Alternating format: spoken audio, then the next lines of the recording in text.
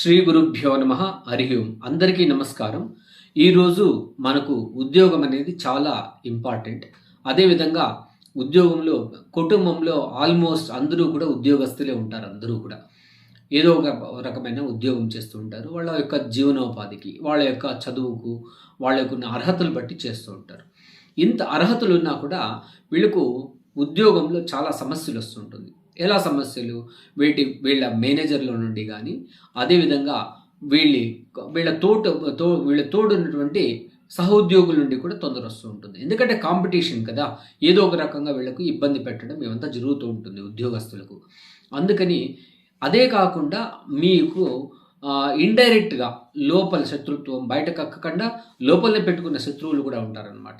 ఇలాంటి మీకు కూడా ఇబ్బందులు పడుతూ ఉంటారు. దానికోసం మీరు ఏం చేయాలంటే రాత్రిపూట అంటే 11:30 నుండి 12:30 మధ్యన కుక్కలకు మీరు అంటే వీధి కుక్కలకు భోజనం పెట్టాలి. ఆ వీధిలో తిరిగేటువంటి కుక్కలకు భోజనం పెట్టాలి. మీ చేతనైనంత పెట్టొచ్చనమాట. అలా చేస్తూ వస్తే ఇలాంటి సమస్యలన్నీ తొలగిపోతుంది. సంతోషంగా ఉద్యోగంలో ఉండొచ్చని తెలియజేస్తూ సర్వే జనా సుఖినో భవంతు, సన్మంగళాని భవంతు.